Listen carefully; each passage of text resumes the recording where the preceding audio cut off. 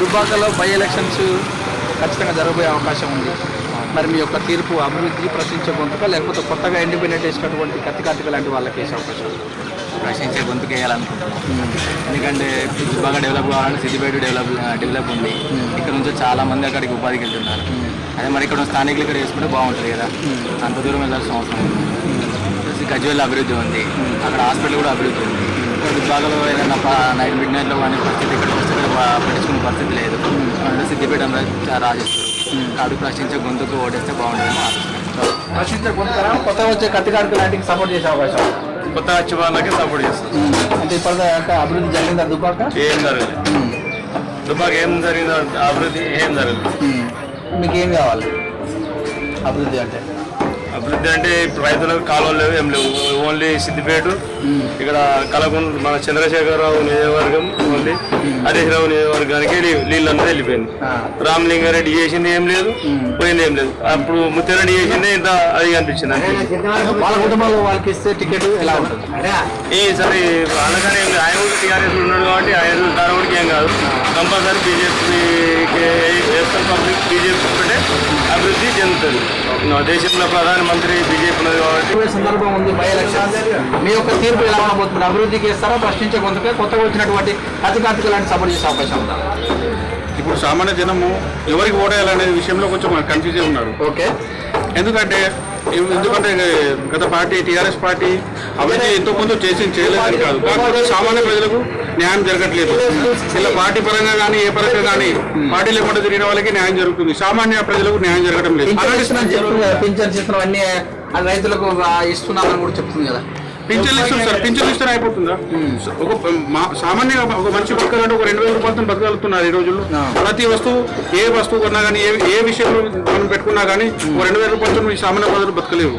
ఎందుకంటే ఇప్పుడు కరోనా కరువు వచ్చింది, దేనికి సరిపోవడం లేదు. కాకపోతే ప్రభుత్వం సాక్షర పథకాలు సామాన్య ప్రజలకు అందటం లేదు, ఏ విషయంలో కానీ అందటం లేదు. అలాగే చూసినట్టు మరొక వ్యక్తి ఉన్నారు. దుబ్బాక ఎలక్షన్స్ బై ఎలక్షన్ జరిగే సందర్భంగా మీ తీర్పు ఎలా ఉండబోతుంది? అన్నా నేను ఇప్పుడు ఏం చెప్పలేను అన్న. ఇప్పుడు ఏంటంటే మామూలు రోడ్డు మీద చేసే పనులకు మాకేం ఉపాధి లేదు. దాదాపుగా 12-15 ఏళ్ళు అవుతుంది నేను రోడ్డు మీద షాప్ చేయబట్టి. ఇంకేమో ఏ గవర్నమెంట్ వచ్చినా మా ఆర్థికంగా సాయం చేసేది లేదు. అంతే అండి, ఏ గవర్నమెంట్ వచ్చినా ప్రయాణం ఏముంటుందో తెలియదు.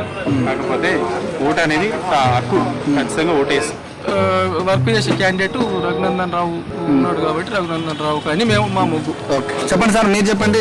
మరి చూసుకున్నట్టయితే దుబ్బాక అభివృద్ధి చెందిన ఒకరు, అభివృద్ధి చెందలేని మరొకరు. మీ ఎమ్మెల్యేనైతే చనిపోయాడు కానీ ఇప్పుడు రూలింగ్ పార్టీ టీఆర్ఎస్ ఉంది కాబట్టి సెంట్రల్లో బీజేపీ ఉంది. రఘునందన్ రావు అయినా సరే, రూలింగ్ పార్టీ ఏ అభ్యర్థి అయినా సరే, ఈ సంవత్సరాలు ఈ ఎలక్షన్ పీరియడ్ మళ్ళా వచ్చేదాకా ఈ రూలింగ్ పార్టీ అభ్యర్థులు ఉంటే ఎవరైనా సరే, ఓకే, టీఆర్ఎస్ అయినా సరే, బీజేపీ అయినా కొత్త కత్తికార్తిక లాంటి వాళ్ళ అవకాశం ఇవ్వండి. రారు, ఇండిపెండెంట్ అభ్యర్థి రారు మా దగ్గర. మరి ఈసారి మీ ఓటు వేసేటప్పుడు మీ దగ్గరకు వచ్చిన వాళ్ళని ఏమైనా ప్రశ్నించే అవకాశం ఉంది?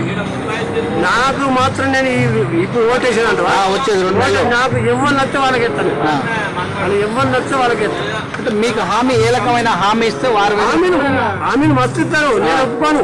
మనిషి నాకు నచ్చాలి. ఎందుకంటే పొద్దున ఆయన వచ్చే కత్తికార్తిక లాంటి వాళ్ళను, లేకపోతే రామలింగారెడ్డి ఫ్యామిలీ నుంచి వర్గాన్ని ఇస్తే, లేకపోతే ముత్యారెడ్డి గారి ఫ్యామిలీ నుంచి ఇస్తే ఎలాగా ముత్తంరెడ్డి చేశాడు, చేయలేదు అంటే ఆయన చేసినవి చాలా ఉన్నాయి. కాకపోతే ఇప్పుడు వచ్చే వాళ్ళు ఎట్లా చేస్తారన్నది తెలియదు. దాని మీద ఎవరు కానీ కరెక్ట్ పనులు రోడ్డు మీద చేసే వాళ్ళు అయితేనే చేస్తాం. అంటే మీరు ఎలా గుర్తిస్తారు మరి వాళ్ళు చేస్తారు అంటేనే ఎలా డిసైడ్? పార్టీ ఎవరు ఇస్తారు, ఇప్పుడు రేపు పొద్దుగాల పార్టీ టికెట్ ఎవరికి వస్తుంది, యశుడి మనిషి వస్తాడు అనేది గుర్తించాలి. గుర్తించాక తర్వాత విషయం కత్తికార్తిక లాంటి వాళ్ళు ఇండిపెండెంట్గా నిలబడతా అంటున్నారు. ఆల్రెడీ బీజేపీ నుంచి రఘునందన్ రావు గారు. టీఆర్ఎస్ పార్టీ మరి కుటుంబానికి ఇవ్వబోతుందా, ముత్యారెడ్డి కుటుంబానికి ఇవ్వబోతుందా, మరి చూడాల్సిన పరిస్థితి వస్తుంది. కాంగ్రెస్ ఇంకా డిసైడ్ కాలేదు. మీ తీర్పు ఎలా ఉండబోతుంది? బీజేపీ రఘునందన్ అంటే ఎందుకు అలా డిసైడ్ సడన్ గా, ఎందుకు అంత గట్టిగా డిసైడ్ అయ్యారు? ఇప్పుడు ఇప్పుడు వాళ్ళ గడపడు చూస్తున్నాం కదా, టీఆర్ఎస్ కాంగ్రెస్ కానీ ఇదే కానీ కమిటీ పార్టీ కానీ ఇది మాకు రఘునందరం మన అందుబాటులో ఉంటాం. మాకు పనిచేస్తాం.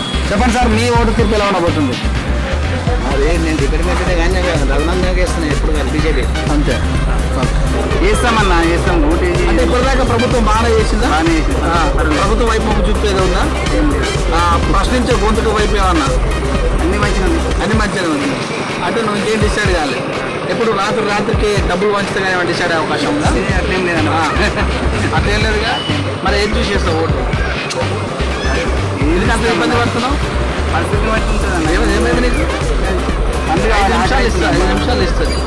ఒక మాట చెప్తే అయిపోతుంది. నీ ఓటు ఎలా ఉండకపోతుంది. మంచి స్వాతంత్రం వచ్చి 75 సంవత్సరాలు అవుతున్నా కూడా అభివృద్ధి చెందలేదు అంటారు బయటకు. ప్రస్తుతం మంచిగా అంటున్నా. మంచి వైపు డెవలప్మెంట్ ప్రశ్నించే గొంతుకని చూసేస్తావా లేదా ఇండిపెండెంట్గా వచ్చే కట్టుకార్తిక లాంటి వాళ్ళకి అభివృద్ధి చేస్తే అభివృద్ధి జరిగిందా దుబ్బాక? అంటే జరిగింది దుబ్బాకేనా? మీ యొక్క ఓటు ఈసారి తీర్పు ఎలా ఉండబోతుంది? ఓటు వచ్చేసి రఘునందన్ గారికి. అంటే మీరు బీజేపీ బీజేపీ కాదు, లీడర్ పనిచేసే పనిచేసే వాళ్ళు మనకు కావాలి. ఆయన గెలవలేదు కదా ఇక్కడ వాళ్ళు. గెలవలేదంటే పాత వాళ్ళు ఏంటంటే ఏం చేసిందంటే ఇక పింఛన్ పర్పస్ కానీ ఏ పదవి కానీ కార్ వస్తున్నాయి, టీఆర్ఎస్ వస్తున్నాయి, ఏమైనా వస్తాయని చెప్పేసి అంత బాగుపడ్డారు. ఇప్పుడు అనేది ఇప్పుడు 3 నెలల నుంచి ఏం రాలేదు. ఎన్నో నిధులు శాంక్షన్ అయినాయి మనకు ఇప్పటికి. మన హరీష్ రావు ఆలోచించి చెప్పిండు 10 కోట్ల విలువ 10 కోట్ల ప్రాజెక్టులు మన దగ్గర ఉన్నాయి. చేసేవాళ్ళు వాళ్ళు ఆయన రఘునందన్ గారు వస్తే మళ్ళీ మాకేమైనా పని దొరుకుతుంది, మాకేమైనా ఉపాధి వర్క్ దొరుకుతుందని ఆశిస్తున్నాను. నీ దుబ్బాక డెవలప్ అయిందా? డెవలప్ అయిందన్న. షెర్లో పోయి దవాఖాన ఉంది, కట్ట మీదకి వచ్చి మార్కెట్ ఉంది. డెవలప్ అయింది. నీ తీర్పు ఎలా ఉండబోతుంది? కొత్త వాళ్ళకంటే ఇప్పుడు మన సోలిపేట రామలింగారెడ్డి గారు చలో కాలం చేసిండు. ఆయన చేసే వరకు చేసిండు అభివృద్ధి కార్యక్రమాలు. నడిచి పోయిన కాడికి పోయినాయి. ఇప్పుడున్న పరిస్థితులల్లో కొత్త క్యాండిడేట్ మార్పు కోసం ఫస్ట్ ఏడవ తెలంగాణ రాకముందు ఏముందో ఇప్పుడు పెద్దగా అభివృద్ధి అయింది ఏం లేదు. గోసి అంత ఏడుంది కానీ వండుకుంది, దుప్పటేసుకుని చెదరుగా అప్పుంది మీదికెళ్ళి. ఇప్పుడు ముందు కొత్త క్యాండిడేట్ ఒక రఘునందన్ రావు కావచ్చు, లేక ఇతర క్యాండిడేట్ కావచ్చు, మంచి అభివృద్ధి చేసే క్యాండిడేట్ వస్తే మాత్రం బాగా అభివృద్ధి జరుగుతుందని చెప్పేసి నేను ఆశిస్తున్నా. టీఆర్ఎస్ పార్టీలోనే సొంత కుటుంబానికి ఇచ్చినా లేకపోతే ముత్యారెడ్డి వాళ్ళ ఫ్యామిలీకి ఇచ్చినా కానీ ఎలా ఉండబోతుంది భారతదేశ పార్టీ? సతీష్ రెడ్డికి ఇస్తే ఆయనకు అసలు రాజకీయ అనుభవం లేదు. ఎట్టి పరిస్థితుల్లోనూ అభివృద్ధి జరుగుతుందని మేము అనుకుంటలేము. కేవలము అంటే ముత్యం రెడ్డి కొడుకు శ్రీనివాస్ రెడ్డి అయితే కొంచెం ఒక 20% అని చెప్పొచ్చు. కానీ సతీష్ రెడ్డి చాలా 0%. ఆయన అసలు గెలిచేదానికి ఆస్కారం లేదు. ప్రజలలో కూడా కాన్స్టిట్యున్సీలో కూడా ఎట్టి పరిస్థితుల్లో ఆయనకు అనుకూలంగా కూడా లేదు. ఒక శ్రీనివాస్ రెడ్డి అంటే ఒక 20% ఓకే, కానీ అంతకంటే పర్ఫెక్ట్ క్యాండిడేట్ ఈ రోజు రఘునందన్ రావు మాకు బాగా అనిపిస్తుంది. ఆయనకు ఎక్కువ అవకాశం ఉందని చెప్పి మనం అనుకుంటాం. మీరు చెప్పండి.